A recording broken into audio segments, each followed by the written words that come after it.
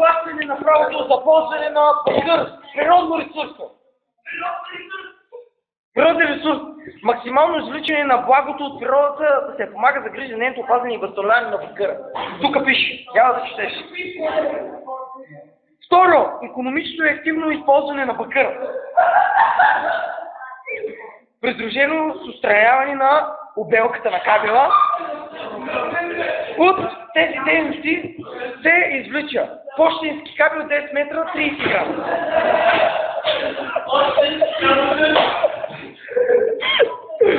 Нека да не снимаш.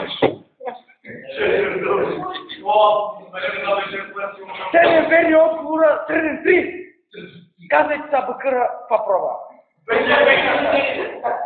Браво. Ти имаш успех. Не, няма да се ще пише. Географски концепции за развитието на бакъра. Предстои да научите какво представлява бакърът, средата и каква е ролята в неговото общество и развитието за обществото бакър. Кои са основните бакърски концепции за развитието на света?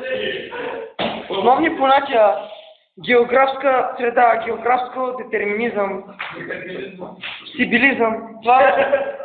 Така пише, От изучението си припомните бакърската обвивка, природни условия, природни ресурси.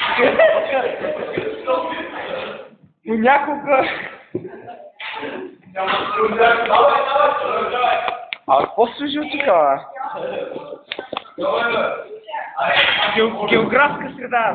Това понятие се обозначава част от географската обвивка на бакъра, която е освоена от човека и с която човечеството се посредствено взаимодейства. Определен етап от историческото му развитие в природата.